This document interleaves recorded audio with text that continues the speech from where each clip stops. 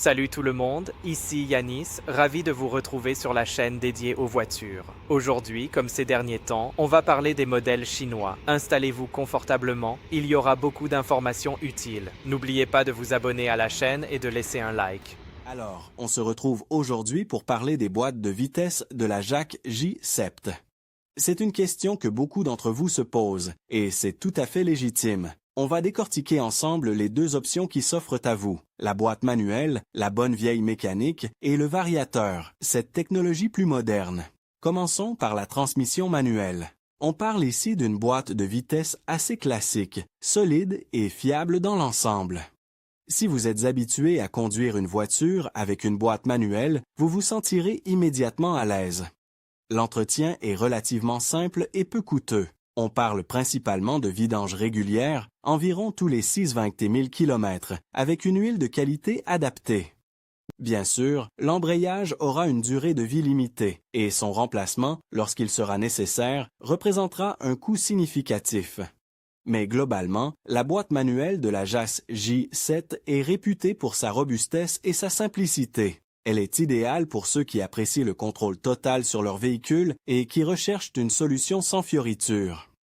On peut parler d'une durée de vie potentiellement très longue, à condition bien sûr d'un entretien régulier et d'une conduite adaptée.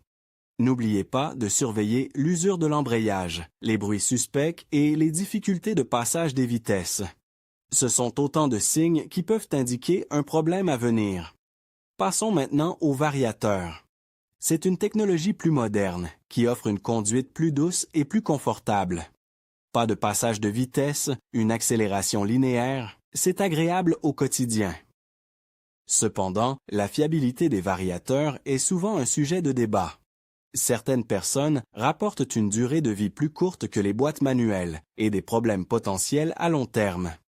Il est important de bien se renseigner sur l'entretien spécifique du variateur de la JAC J-Sept. Les vidanges sont cruciales et il faut utiliser l'huile recommandée par le constructeur.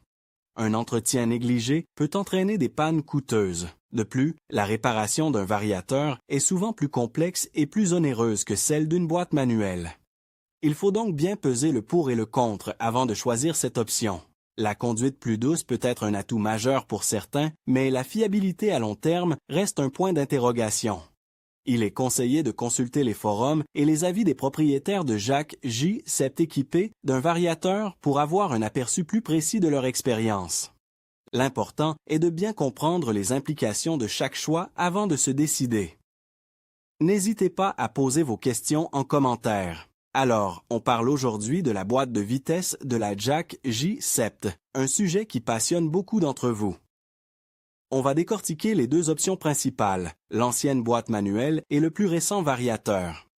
Préparez-vous, car on va rentrer dans le détail.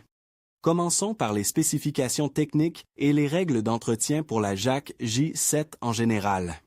Il est crucial de comprendre que l'entretien régulier est la clé pour une longue durée de vie, quelle que soit la boîte de vitesse. On parle ici de vidange régulière, bien sûr, mais aussi de contrôle régulier du niveau d'huile, de l'état des joints et de l'absence de fuite. Consultez votre manuel d'entretien, c'est la Bible. N'hésitez pas à noter les intervalles de maintenance recommandés par le constructeur. On ne le répétera jamais assez, la prévention est bien meilleure que la cure. Un entretien négligé peut entraîner des problèmes coûteux à long terme, allant de simples réparations à un remplacement complet de la boîte de vitesse. Pensez-y. Passons maintenant à la boîte de vitesse manuelle à 6 rapports, la MF622D35. C'est une boîte relativement robuste, connue pour sa simplicité et sa fiabilité. Cependant, comme toute boîte manuelle, elle est sensible à une utilisation brutale. Des changements de vitesse trop brusques, un embrayage malmené, tout cela peut accélérer son usure. L'huile de boîte est essentielle ici. Il faut utiliser l'huile spécifiée par le constructeur et la changer selon les intervalles recommandés. N'utilisez surtout pas une huile de qualité inférieure, cela pourrait endommager gravement la boîte. Si vous entendez des bruits inhabituels, comme des grincements ou des craquements, n'ignorez pas le problème. Consultez un mécanicien rapidement. Un diagnostic précoce peut éviter des réparations bien plus importantes par la suite. On parle ici de pièces potentiellement coûteuses à remplacer, comme les synchros ou les roulements. Enfin, parlons du Punch Powertrain VT3+, ce variateur continu qui équipe certains modèles de jack J-Sept. C'est une technologie plus moderne, offrant une conduite plus douce et une meilleure économie de carburant. Cependant, sa complexité mécanique implique une maintenance plus spécifique et potentiellement plus coûteuse. L'huile utilisée dans ce type de boîte est différente de celle d'une boîte manuelle, et son remplacement doit être effectué par un professionnel qualifié. Il est important de respecter les intervalles de vidange recommandés par le constructeur pour garantir la longévité du variateur. Les problèmes potentiels avec un variateur peuvent être plus subtils qu'avec une boîte manuelle. Une baisse de performance, des vibrations inhabituelles ou des à-coups peuvent signaler un problème. N'hésitez pas à consulter un spécialiste si vous remarquez quoi que ce soit d'anormal. Le diagnostic d'un variateur est plus complexe et nécessite des outils spécifiques.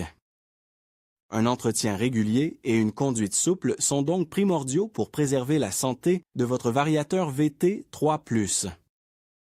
Voilà, j'espère que ce résumé vous a été utile. N'oubliez pas de laisser vos questions et vos commentaires ci-dessous. Et n'hésitez pas à vous abonner pour plus de contenu sur l'entretien automobile.